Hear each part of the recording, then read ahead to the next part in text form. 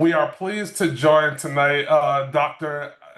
Howard. He is running for State Senate for District 35.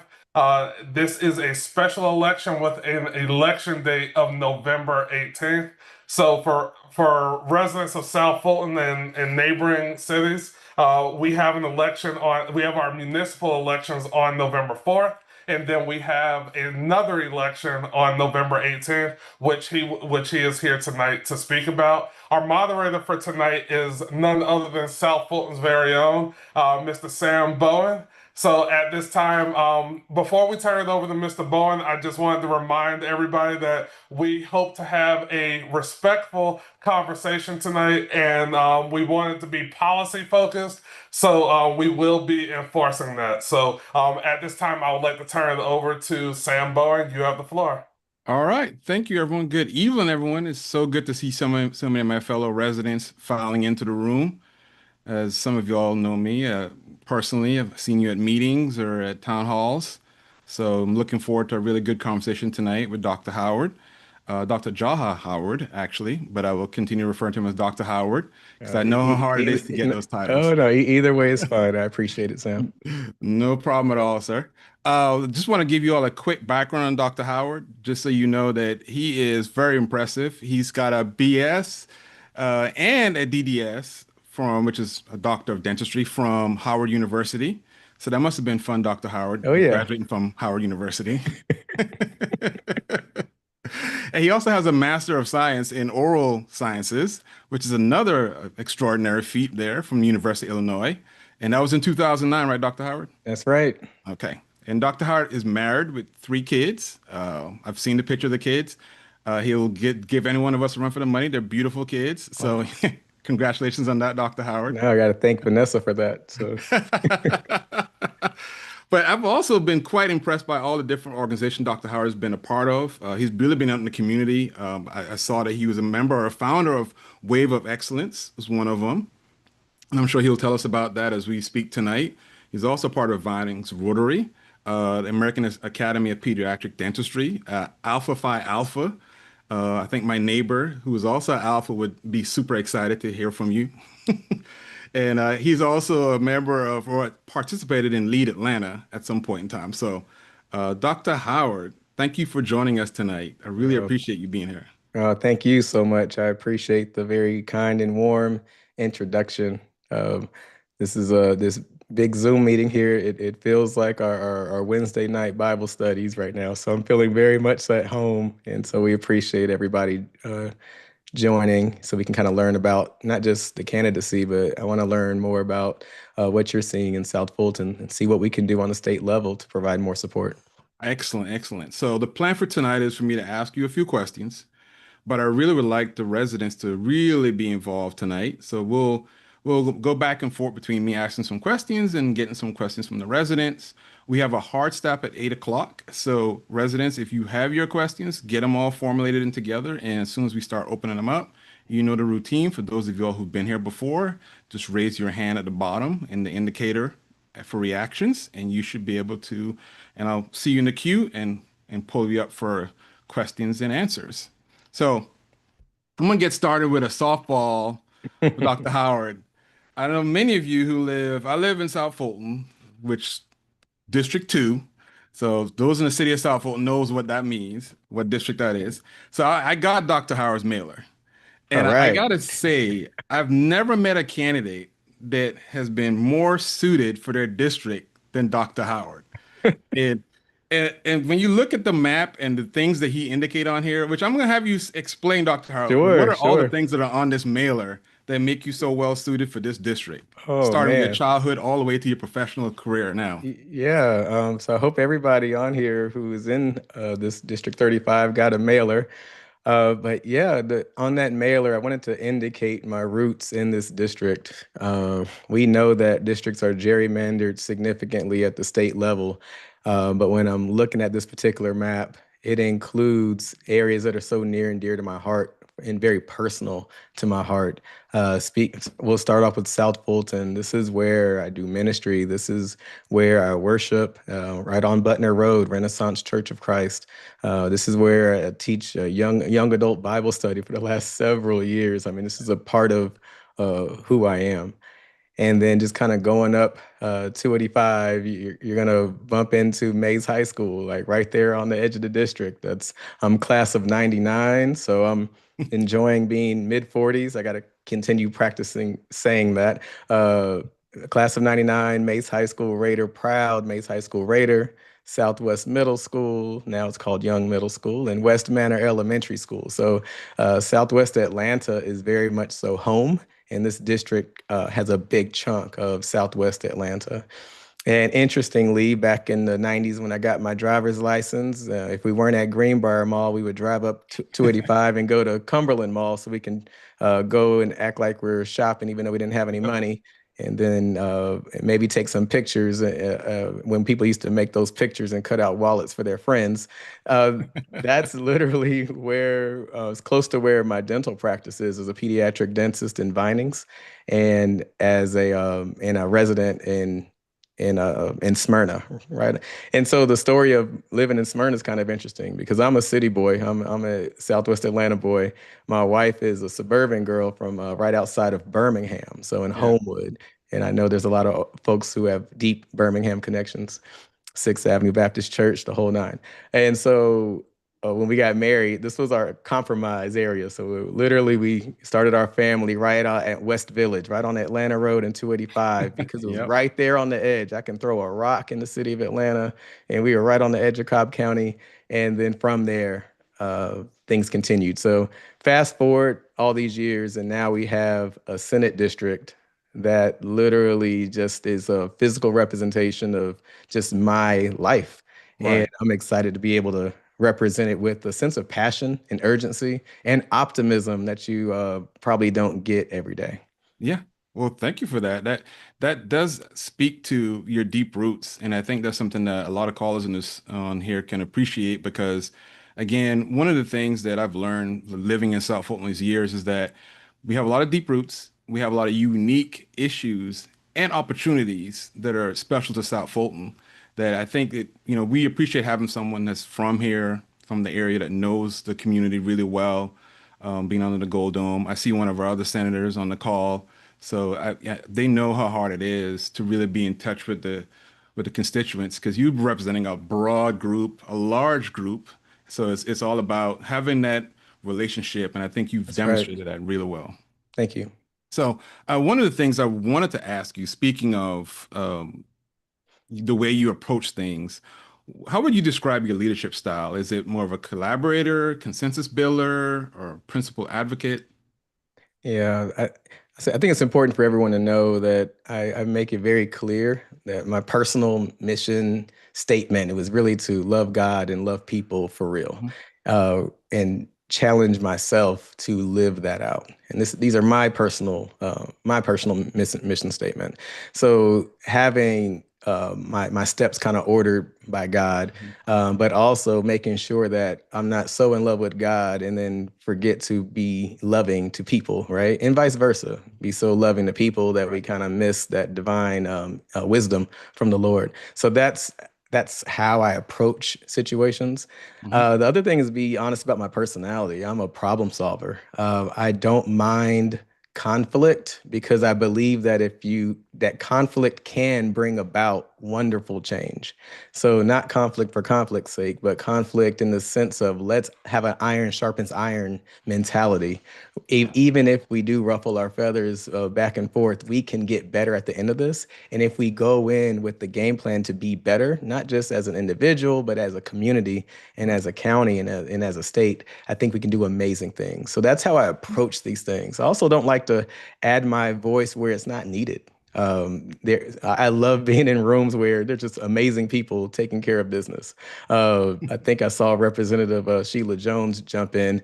Sheila Jones has been a state rep that's represented my area and done a wonderful job. So it wasn't something where I thought, "Ooh, I need to go ahead and primary Sheila Jones." No, she has a unique connection with her community in a way that she goes about business. And so I don't want to step anywhere where there's great work already being done. But when I see a void and I know that God is given me a unique set of skills, I'm really eager to be a part of a purposeful mission. And right now it's the state Senate seat. So you mentioned when you see a void, in your mind, what is that void that you think is most pressing that pushed you to run for this seat? Yeah. I think as Democrats, as you know, in the state Senate, we're in the minority. Yeah. But oftentimes, people interpret being in the minority as being powerless just because you don't have the power of the votes. I wholeheartedly believe that we have a lot of power because we are connected with incredible people. And when we can kind of coalesce all that energy and all that common ground and really package it and have great communicators, we can really shift the energy in the room and in the energy in the whole state based on how we move forward together. And I see that we have an amazing state senators. I see Senator Kemp is on. We have great folks who are new in the state senate, and we have folks who have been at it a long time. And I can see that I can complement their skills.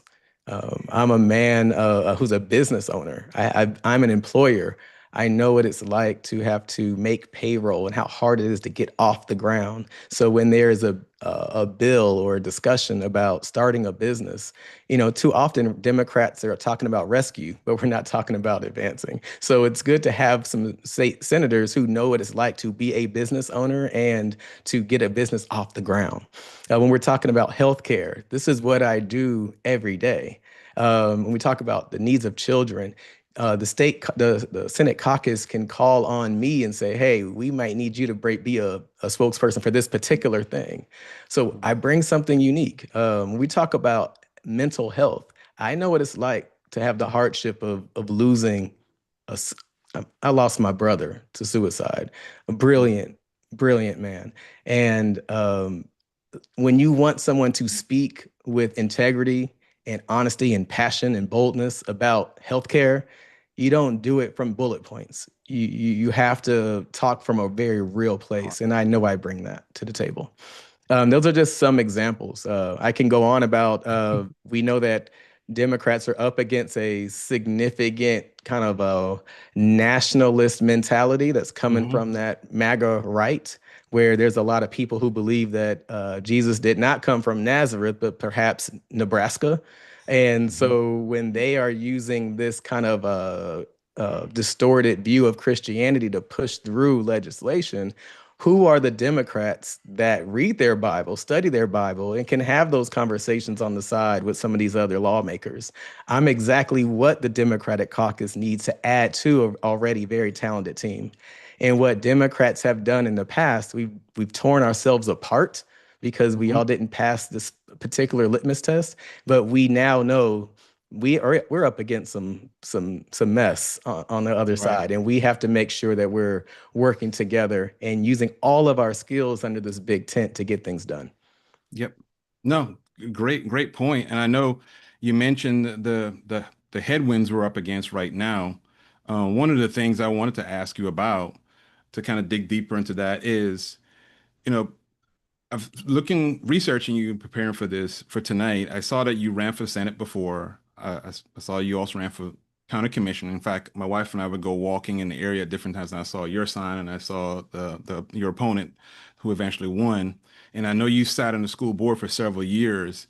And one of the interviews I saw that you did, you mentioned back in 2022 that you sit on a school board that has Democrats and Republicans on it. And I thought that was fitting because I wanted to get your perspective on what you learned from that experience that you think really prepares you from day one to go under the dome and not only work with the Democrats, but work with the Republicans, which has seemed to have taken a stance of all or nothing. Hmm. And we're not going to do nothing for, especially the people of South Fulton, which, we're facing potential loss of SNAP benefits for some of our family members that are on this call that will lose it come November 1st, So like how would you try to go about solving that problem? And if you were successful and you're in the session next year to try and maybe restore benefits or help the community out? Absolutely. I think just talking on a very human level and realizing that most people who are in elected position, a lot of them are good folks individually, but people get very different when it comes to collectively. All of the values and the principles that they tend to stand on individually, when they get into a room and that group think takes over and that team approach and the other side is the devil mentality takes over, folks really kind of lose it. So I learned how deep that rabbit hole goes. For people Mhm. can personally be very kind and all of that, but at the same time, when it comes to policy, they are perfectly okay not pulling a lever that can help kids be more literate. Perfectly okay not feeding kids.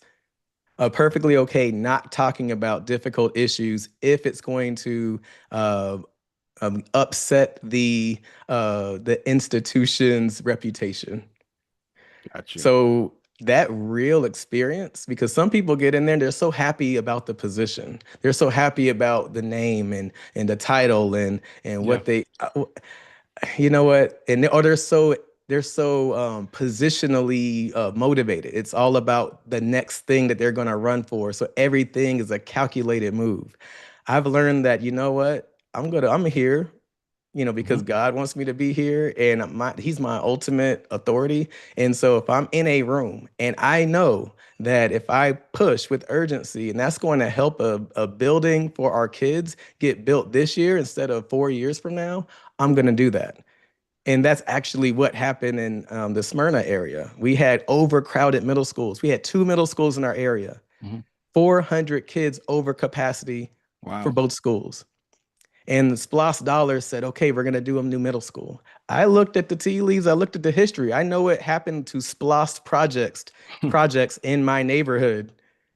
They tended to be the ones at the very back end because you Right. legally can do it within a certain amount of time and all of that. No, we got the community involved and we made sure that if you're going to delay anything, it's going to be out front in the open. And if doing the right thing behind the scenes won't happen, then you're going to have to do it in front of everybody. And oftentimes people move their feet because of shame.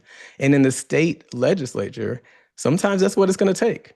Gotcha. We're really not going to give, really not going to provide for our families. Okay, you're really not going to do that. Oh, you're going to do this and you're switching the bill at the last minute. Oh, it's easy to do it if nobody's watch or you think nobody's watching or everyone's too distracted.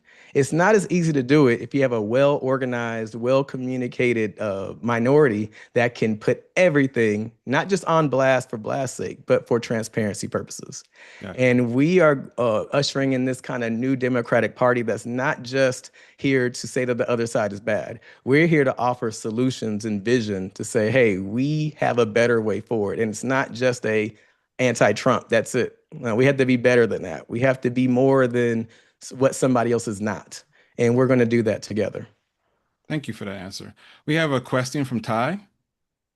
Hi, thanks for taking my question. I was super excited to get your text message where you sent out the map of where you grew up and where you live. Oh, great.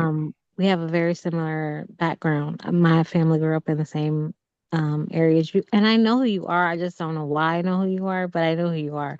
But my question is, one of the things that excites me about you running is that the stereogenics issue. Um, that's one thing that Smyrna and South Fulton have in common. We Yeah. both have these plants that are Just basically polluting. killing Yeah. us, and no one is Carcinogens. Yes. helping. No Yeah. one's helping us. Oof. And so I'm just very curious. There are some other hot spots in South Fulton that are environmentally dangerous, Yes. and the EPD is not really helping us. The judges are not helping us. I don't really know where else to go. I've done all that I can to try to like, as a citizen, raise issues and try to ask folks to help. So can you share like what your response would be in terms of helping us to kind of like mitigate some of these things? I'm really, well, first of all, Ty, I look forward to meeting you. I'm sure anytime you're in the Atlanta area and you got similar age folks, I mean, it's one or half a degree of separation. So I do look forward to connecting with you more. Uh, I'm glad you brought up stereogenics. and there's a broader conversation about data centers, basically our natural resources, our water, our air, oftentimes do not follow these lines that politicians made for themselves in the state capitol. Or county lines or any of that. So I'm glad that we're going to talk about that really briefly. Uh, Dr. Howard, yes. before you answer that question, can you briefly describe what Sterigenics is for the Oh, people that yes. might Thank not know what you. it is? There's a lot of assumption there. Yes, Sterigenics is basically a company that sterilizes medical equipment using ethylene oxide. And it was determined that some years ago that the amount of ethylene oxide in the air was concerning. This is a carcinogen, and they had similar issues in a plant in Illinois as they do here in Georgia. And this is in an area that has historically been industrial. I mean, we know how we have these industrial areas historically in the metro Atlanta, and as population has boomed, people are now living in areas that used to be industrial areas. So this is kind of the conflict that we're under. And so you had the situation where the Sterigenics kind of shut down for a little while, and that they tested the air, and then they said, okay, everything's okay. It's a little bit better now. But then there's question marks on, did they test the air when the plant was going, or did they test the air when the plant was on break? All of that. And then there's issues about economic development around the area. I mean, the property values and the businesses and communities within a half a mile where on that Marietta Boulevard, I mean, it's booming right now on the Atlanta side Mhm. and on the Cobb side. A lot of people don't want it to be true because it is an economic eyesore to have to talk about it. And so, what I want to share with you is approach. I believe that we have to tell hard truths and do the hard work. And most people like to kick the can down the road for another administration, for another year, another term, another day. And this is kind of what I was alluding to with most people are not most, a lot of people are in position, looking forward to the next thing they're going to run for. And because I don't have to operate that way, I have that freedom to just tell the truth, but tell the truth in a way that gets some solutions done. So to be more specific, as a state senator, we're going to work really hard to make sure that we are accurately testing the air during a time where the plant is during its normal function and making sure that the results are public and make sure that we have complete transparency.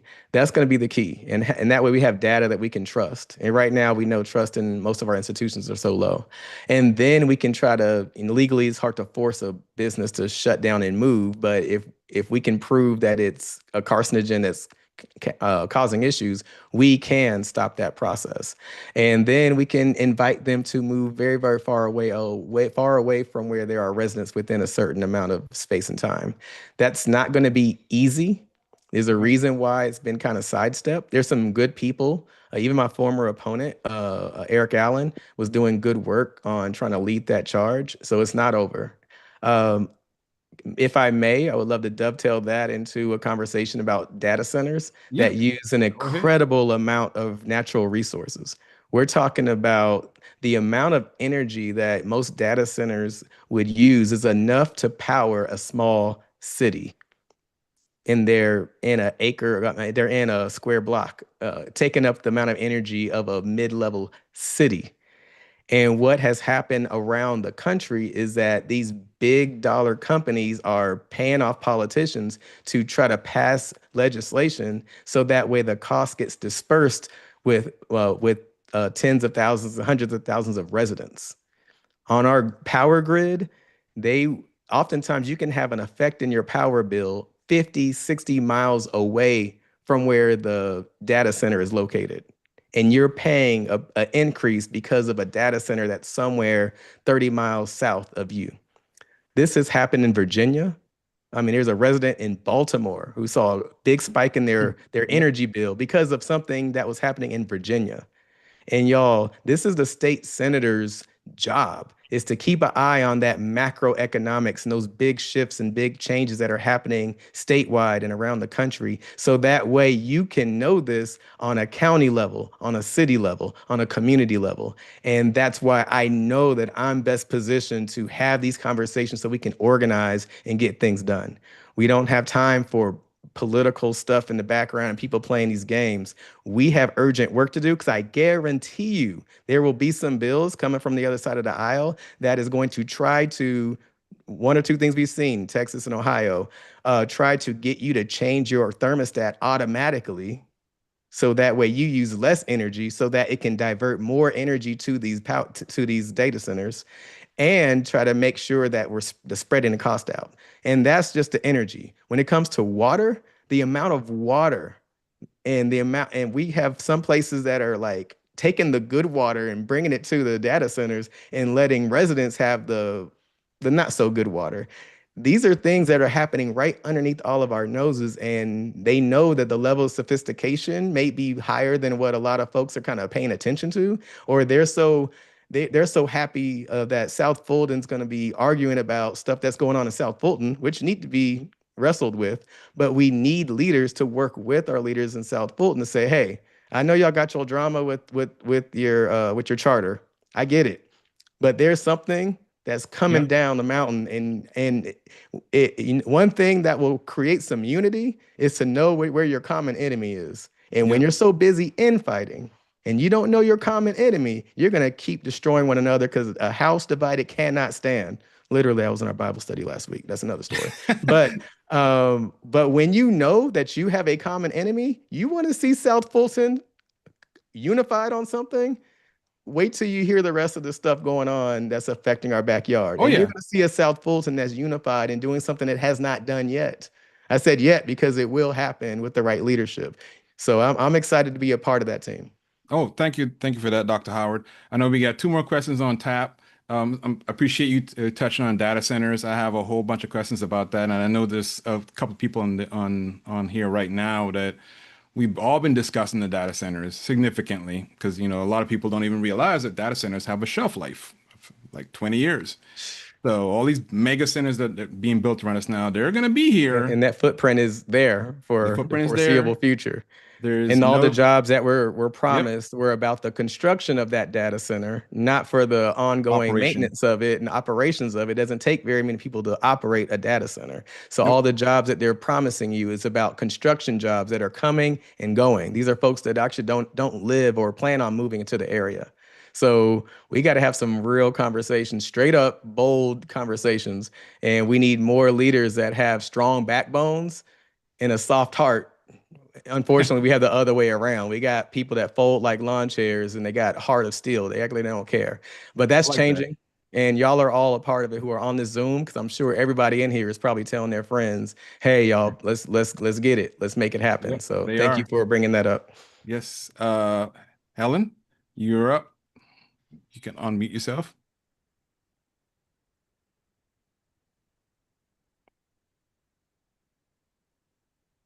Did we lose Ellen? Okay, well, we'll go back to Ty. Hi, I appreciate your answer so much. I have another question. I appreciate you bringing up the data centers because that is definitely an impact on our health, and we have so few healthcare resources in this area. One of the things that has been um, going on for quite some time is the lack of us being able to get a certain certificate of need, which would be the foundation for us being able to get a hospital within this 94 square miles of our city.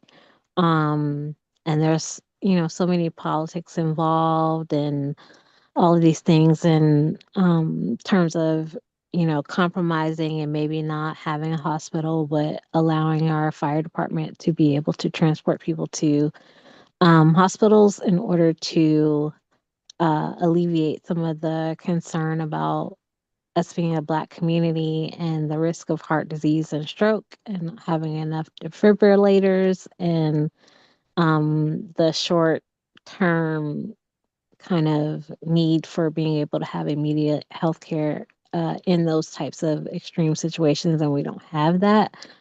So I'm just kind of curious as to, based on your perspective and your agenda, there's just so many health Yeah. issues in this area that need to be addressed. And even above that, the number of people who are Black and stricken with dementia and don't have resources, and we really just don't have a lot of dementia and resources That, here for that population. Like, we've had someone who's running for this particular seat who's been in the office for, I don't know, almost 30 years and has not addressed any of these things, who probably needs them more than us even. Um, I have a mother who has Alzheimer's, and I'm having such a struggle with getting resources and assistance in this area, even with the palliative care that Emory told referred me to. They told me that they don't service my zip code. so, so So Ty, I sorry to just, interrupt you, Ty. So can you ask the question? What's the main question? I'm sorry. yes. What is your plan for bringing healthcare resources to this area that are needed based on the age of the population and the demographics that we've not received with other state level representatives? Yeah. Thank you for being transparent and sharing such a deep personal story, because it's a story that I think we all can resonate with. Uh, Healthcare that can go 100 different directions, and oftentimes the hardest part about healthcare is that it's so broad and it's so vast, and it's so much heavy lifting, and this is how things seem like they don't get done. Let's start with some facts. The facts of the matter is we need healthcare options in South Fulton, period. We know that we would like for it to be a comprehensive hospital, but if everything is suggesting that this is going to be a very, very, very long-term solution for that, then we have to think creatively with our county commissioners and our mayor and city council men and women to make sure that there is a real plan to start taking care of it piece by piece by piece. And I think oftentimes we're looking for the big home run. And if it doesn't happen, we're like, I guess we'll try again. And maybe 5 years we'll get this, and maybe 5 years get that. Sometimes we have to say, you know what? Where can I get a victory? And that victory might be in mental health. That victory might be in maternal health care. Georgia is one of the worst places for a Black woman to have a baby. One of the worst places, not just in the country, but arguably in the world. And when South Fulton is still we're developing like our identity and our thing that is our thing. Mm-hmm. That's an example of what we can do, is say, you know what, we're going to make sure that this issue is what we're going to focus on and get a victory. And what happens is when we get that win in one particular area, the momentum starts building. The trust starts building. And now, after a $50 million project that is going well, now we can ask for a $500 million project. And so that is what's going to be necessary. And it also takes good leadership at every level. And I think we see the pieces coming together. They're coming together in real time. And we're not going to let the failures of the past keep us from being hopeful, because it's happening. And so, Yeah. Ty, I appreciate that question. And we're going to do that. And we're going to do it together. And it may not be quick, but we will start moving forward and get these victories. Thank you for that answer, Dr. Howard. So, Dr. Howard, I want to shift a little bit to plans and priorities. Um, Having run for office before and knowing some of the people who actually were elected to office and the struggles that they face, I know there's campaigning and then there's governing, and Two there's very different actually things. talking about something and actually getting something done. That's I'm right. sure my state senator, Kemp, or was my state senator. I know they shifted the boundaries so many times, but Senator Camp and also different representatives on the call, Representative Dawson, they would say when you get there and you actually under the gold dome, it's about relationships and working with people. How do you see yourself being able to foster those relationships and get attached to different bills or get bills passed that will benefit South Fulton and Cobb and your district as a whole? Because it's not just a one-man show; it's a team effort. So how do you see yourself trying to navigate those waters? Because they can be dangerous waters. Yeah, very much so. Basically, going into a room full of sharks and everybody's angling. But what I've learned is that even in a room full of sharks, you can read the room, and some of those sharks are shark-like, and they have certain issues that matter to them. And you gotta seek in that common ground. We have to find where the common ground is. There are some folks where we ideologically have very little in common, but they're really big fans of public education. So you know what we're going to do? We're going to work together to try to make sure that this push for public money going to more private school vouchers is that we stop that, or we Yeah. keep that from getting worse. That's literally the reason why I got into politics way back in 2016 anyway. So that's one example. The other thing that we have is we have not just state level funds to consider, but there are federal dollars that we could have access to as well. Now, being we are blessed to be able to have two Democratic U.S. senators, and when things can get in place and we can talk in the language that people understand, we're not talking about millions of dollars. We're talking about hundreds of millions of dollars.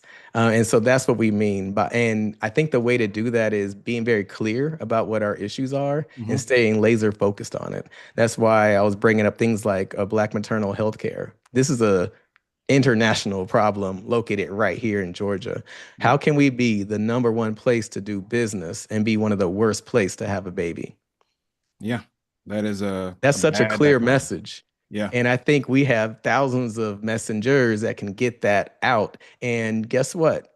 It may not be because of the current leadership in Georgia cares so much about Black maternal health, but they do care about the reputation of Georgia. And that can be the thing that helps things to move along. And you know what? I don't care who gets the credit. That's another thing I want y'all to know about me. I may push a bill and want a bill to happen, but Republicans do this thing where they'll take some good ideas and they'll slap somebody else's name on it, pass it, and you know what? Yeah. Fine. As Yeah. long as it gets done. Yeah. I know That's what plenty of matters to me. representatives. Yeah. Plenty of representatives have told me that in the past privately that they've put stuff forward and Republicans took it because they're the Yeah, chairman. stereogenics is one of those things. My Yeah. previous opponent, was driving that and kind of shifted around. But that's okay in the sense of, is it going to move toward helping people? Yes. I totally agree with that. So we got a question from Jane, but before we go to Jane, I want to just quickly circle back a little bit, Dr. Howard. Um, I think a lot of people have an idea of what a state senator does. But we don't really understand what a state senator does. Can you like just real high level, just touch on three or four things that a state senator would do and how it would Sure. impact us in the various cities?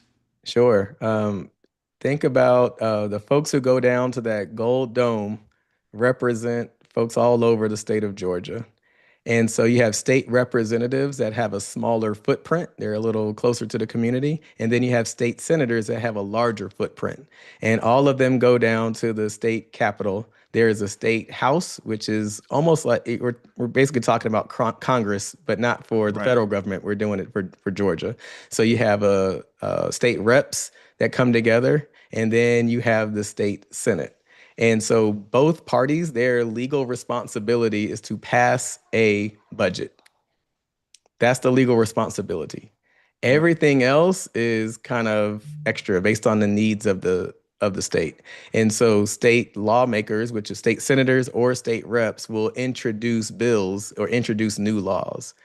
We're not responsible for enforcing these laws, but we're responsible for setting the laws, like creating the laws. So that's an easy way to remember it, is that it's the body in Georgia that makes laws, but they don't have to, right? So they go Yeah. there. What they have to do is make sure that there is a state budget approved. Got you. Jane? Okay, great. Thank you so much, Dr. Howard, for joining us tonight. And thank you, Sam. So my question is more to the election integrity and democracy that we are now in. And so, we're we have since Senate Bill 202. Well, let me just go back. So in 2013, Section 5 was no longer approved, right? Then Senate Bill 202 came about and it spread like wildfire as far as some of the things we can and cannot do when it comes to voting. So, our drop box have been limited, absentee voting has been affected. So, and we have yet to pass a voting rights bill, right? Not a John Lewis, not a Voting Rights Advancement Act. So, what are some of the steps that you would take to address voters' concern about election integrity and strengthen the confidence in our democratic process? That's a great question, and it's been an issue for quite a while. I think I love the question. I want y'all to kind of get a sense of approach here. Mhm. I'm a firm believer that trust is like the bedrock of everything that we do in our institutions. Yes. And because trust is low, people question, second guess and question everything. And because we're in the age of the social media, things get amplified. And we have seen true statements kind of get suppressed, and then false statements get legs and run. And so you have people saying, "Oh, I heard you can't do this in Georgia," and that actually might be false. But there is a actually true issue that's suppressing the vote in Georgia that's getting no legs. So I Mhm. think the number one thing that we have to do is develop communication rhythm where folks know this is a trustworthy place to get information. A trustworthy place to get information. Because as soon as what you don't want to do is get out there and start saying, "I can't believe the Republicans are doing da da da da da da da." And then the Republican friends are looking at you like, there they go again, complaining about stuff that ain't even accurate. Because out of the three things that you said, one of them was actually not true, or it was true for a minute before the bill got changed. And these are games that people play. So I hope that you can appreciate my approach to how I'm answering this question. But it gets so deep and so nuanced that Mhm. I think that we need credible places. And let's be honest, this is probably risky to say, but we have to talk about it. Some of our most trusted institutions that are supposed to fight for our rights Mhm. oftentimes are being alarmist and not telling the truth all the way, right? Or Right, not telling the nuance. And so it makes people distrust anything they have to say. right, right, These are right. historical organizations that have been doing the work for a long time, but then they're not sharing the nuance. And they're treating us like we're stupid, like we have to have simple talking points. No, we're sophisticated. We can think.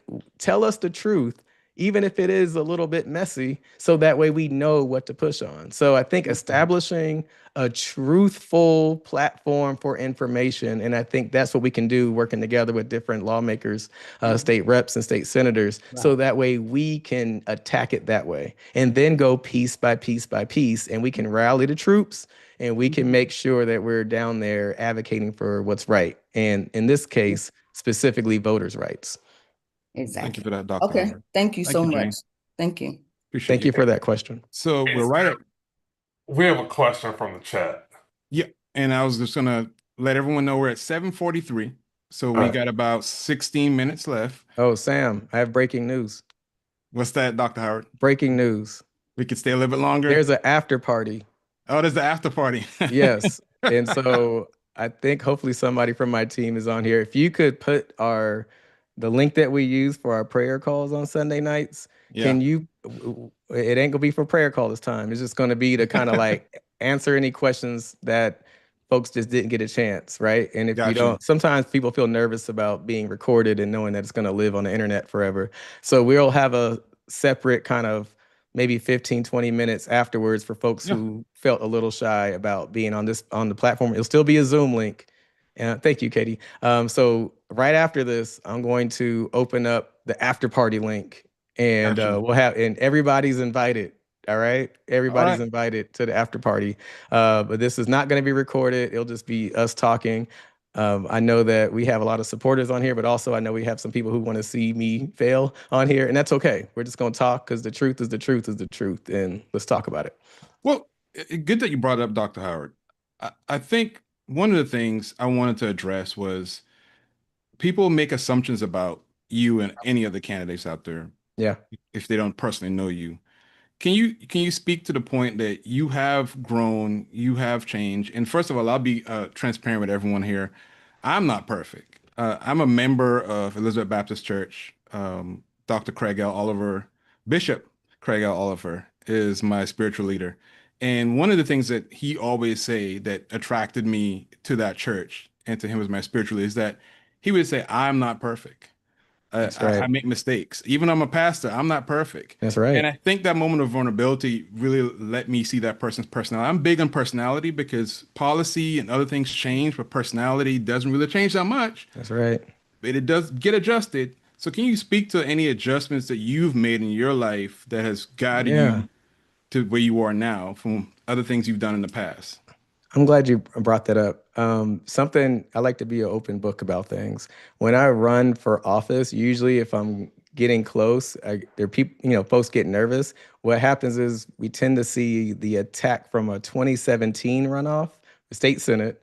There was an attack on me saying this guy is homophobic, and so my opponent at the time spent vast amount of resources packaging together my Facebook groups from my like online Facebook Bible studies and back and forth discussions about what the Bible teaches on this. And we're Right. thinking just non-political, just conversations.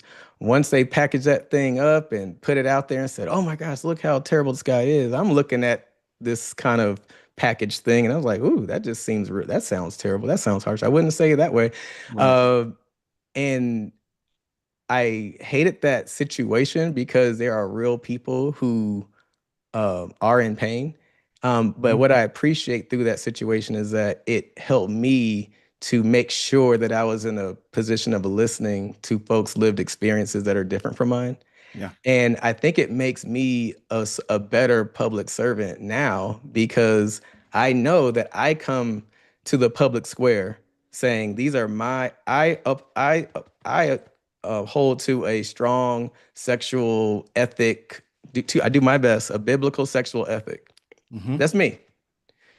I have a friend, family members, neighbors, patients, Hmm. parents, right? They have a different sexual ethic. But guess what? We meet in the public square because we want the best for one another.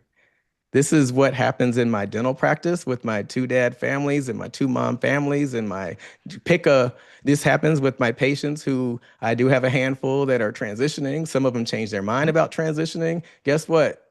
We all come, we give the love, and that's what it's all about. Genuine love. And unfortunately, in politics, anytime we can scare one another, and Yes. especially when things get tight and people get nervous and scared, you see attacks. So Yep. I'm thankful for the years of genuine conversations with my family members who are LGBTQ. Literally, I don't want to give people's all their personal information. My team members, my patients. There's lawmakers who I've had great conversation with over the years. It's Yeah. been wonderful, and now I can approach these situations with a little bit more sensitivity. I can approach the situation saying, hey, let me respect your point of view and then find that common ground. And Sam, to put it in a nutshell, I've learned to be someone who, when it comes to legislating, err on the side of freedom, Yes. err on the Thank you. side of allowing people to live their lives and thrive, Yep. err Yep. on the side of that. And so I want that to be crystal clear for anybody watching and anybody who's whispering and all of that.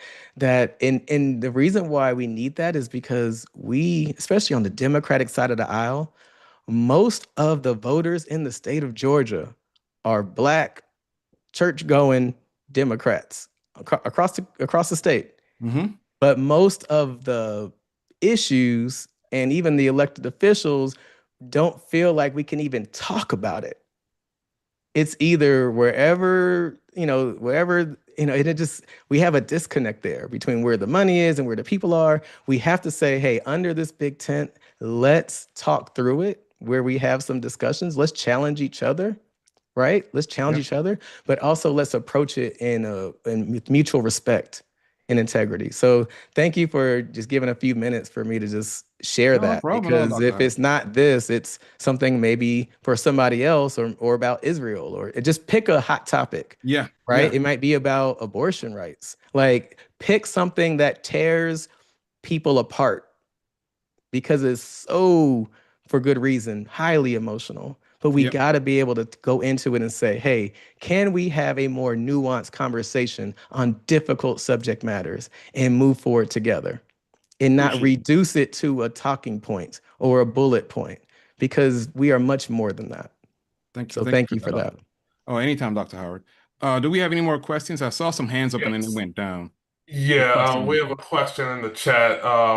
Dr. Howard, how will you support South Fulton and surrounding areas in controlling the advancement of data centers, requiring green initiatives, and ensuring local governments understand the importance of working with county and state to ensure laws are created and adhered to?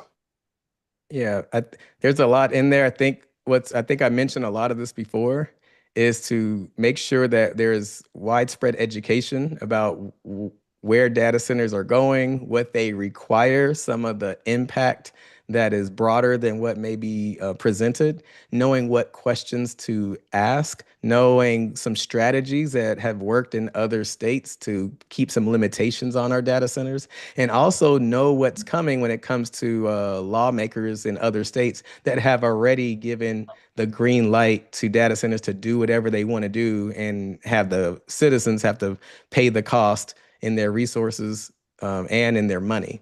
So I think that, like, having that nuance and conversation with urgency is going to be critical. But also, like I mentioned earlier, it's going to take some trust. If we're so busy tearing each other apart about whether it's what somebody said or this thing or that thing, and what happens is people love that. They love that division, because then they can just ram through a huge data center that got everything it ever wanted, because somebody was mad about what a Facebook post said 10, 20 years ago. And I'm not minimizing a Facebook post. I'm saying that it Yeah, distracts us from being able to talk about those issues. We can do both. We can talk yeah. about those real on the ground issues, and talk about those human issues between us as people who are very different. Unity is not the same as uniformity. We can be No, unified with common principles. So I look forward to being a part of that process. And we have the leaders. Like, it's shaping up to be a season of like strong, strong leadership. And I'm eager to work together with South Fulton, with Atlanta, with the state reps and the state senators. I mean, I'm really excited about getting to work. yeah, and I think we have some really strong state reps and state senators here that I've seen at South Fulton events and out and about in the community. So I don't feel like I've personally met Senator Camp at different events. Like I said, I know Representative Dawson. Representative Sheila Jones. She's everywhere. I think she's an Iron Woman some way, somehow. I have tremendous respect for her. She's always around. So Yeah, I feel amen. like one of the things I really want to get your feel on, and this is my second to last question, so we can also give other people opportunities to wrap up, is what is your plan for staying engaged with the city of South Fulton, which will make up a large chunk of your district? Yeah. One big thing, of course, is staying connected with the leadership and doing what I can to encourage and foster unity within the leadership, Hmm. collaborating across county lines, city lines, because some of the issues that we're going through in South Fulton are very similar to what I may hear about in the new city of Mableton, right? So just collaborating, like in this, like the power of collaboration is, I mean, the things that we can literally move mountains. It's just going to take that effort and make sure that we don't get distracted, but also make sure that we are being honest about our challenges. But I agree with you. We have incredible leaders who are like been in place, who are coming into place, and the Yep. table is getting set for a real golden age for us. We have to make sure we're moving with integrity and moving forward. I mentioned earlier, as part of the solution is creating that platform of trustworthy information. Yeah. trustworthy information where you have multiple lawmakers at various levels, maybe present or maybe being part of a joint newsletter. Like imagine Yeah. not getting 20 different newsletters from 20 different people, but One. imagine getting a newsletter that includes what's happening at the state level, county level, city level, and also here's some tidbits about national things to watch out for because some of these winds will start blowing in our direction. I think so. Imagine that, but we can do that together. And as a school board member, I'll give this. People can talk about what they will do all day long, but as a school board member, uh, we were dealing with some issues that were very similar to school board members all around Metro Atlanta with the whole critical race theory and all of that. I'm the type of leader that says, hey, let's organize school board members from all over the state. And that's exactly what we did. And we had a joint letters going to to the governor, to Governor Kemp at the time. And Yeah. he had to deal with a letter because he never had to deal with that before letters of concern about literacy and other things from Cobb County, Fulton County, from Chatham, like literally the whole state of Georgia. And he had to respond. And guess who else had to respond? The news, because the news is not used to that. They're used to talking about who robbed who shot who. Exactly. But then when we have a unified front and we are spokespersons and we are bold about it and we Yeah. have integrity about it, just imagine that. So That's a beautiful picture. I'm excited, which is another why we have to have the after party because we got to be able to talk about these platforms that we can. A lot of them already exist. We just need to work together collaboratively to make it happen. All right. And I got one more question, then I'll let Pam, if you can ask a question real quick, because we got like 4 minutes. And Dr. All right, Howard and there's a asked- question from the chat too. and a question from the chat. So let's go really quick. Pam Harvey, Miss Harvey, nice to see you. You can unmute yourself. Oh, thank you very much. I don't know if Miss Patricia is still here, but I'm curious to know what is your answer to, and her question is, what's your view on HOA reform, SB 106, 107? Thank you very much. I'm glad you brought that up. I want to be very transparent here. I'm learning just how challenging this HOA situation is. We have a little bit of this going on in Cobb as well, and I know that what I'm understanding is that the HOAs just don't have accountability right now. And it's going to take some state help to be more clear to make sure that there's accountability for our HOAs. So when it comes to broad strokes, I'm all about accountability and transparency. That's another one. Transparency. So when I enter these conversations, I'm going to be someone that errs on the side of let's make sure we err on the side of transparency, accountability. So just that's how I approach it. But I've learned enough to know that there's a whole lot in there. And I don't want to give too much of a surface answer, but just know that those are some themes. And when it comes to providing solutions, that's what I want to focus on. Thank you for that, Dr. All right. Howard. Thank And the you. question in the chat real quick. Thank you, Ms. Harvey. That was the question in the chat. That was the question? Okay, great. So I'm going to ask you a quick question, Dr. Howard, and then I want to give you 2 minutes to wrap up and get to the after party. So I'm a huge Stephen Colbert fan. And one of the things I like about Stephen Colbert, unfortunately, he's paying the price for speaking the truth to power, is a Stephen Colbert questionnaire. So this one should be relatively straightforward. How would you describe your goal for the rest of your life in 5 words? The goal for the rest of my life. In 5 Love words. God, love people. So that's 4. That's Hold good. on. Period. That's 5. I love it. Love Thank you, God, Dr. Howard. love people. Period. And I believe that's also a part of your campaign mission That's and your literally personal my mission. approach. So that's exactly how I try to approach every situation because y'all know how when it comes to integrity, there's a lot of things that are done behind the scenes and behind closed doors. Y'all, don't just, that whole thing of a tree by its fruit, that is real. Yes. Because you don't really know people until you see the fruit. And so I can tell you, but I can show you better. I can tell you, and we've been showing it. And I just really do appreciate y'all considering me to be your next senator. And if you know that you want to support our campaign, we'll make sure we put the jahahoward.com in the chat.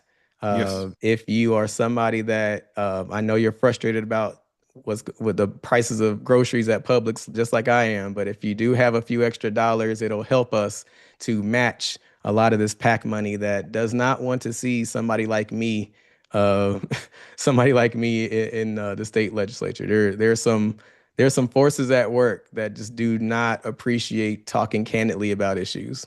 They Oh, want to that's keep things the way that they are. So if you know that this is the brand of leadership that you're looking for, I ask for your support. Tell friends, tell everybody, and also support financially if you can. so, Dr. Howard, you kind of led right into what I was going to ask you to do next. There are 6 people or more in this race. I want you to say in a sentence or two something that will help everyone on this call, or even who's watching this recording, remember who you are and why when they go in that booth and everyone should go vote, push that button for your name. We are moving into a special time in our lives, and we're going to do it together with the right leadership, the right momentum. And it's going to be something that our kids and our grandkids will be proud of. Let's do it today. Early voting has already started. Remember Jaha like aha, Howard like the greatest university in the world. Jaha Howard State Senate. Appreciate you, Dr. Howard. Thank you for your time. Thank all the residents for joining us.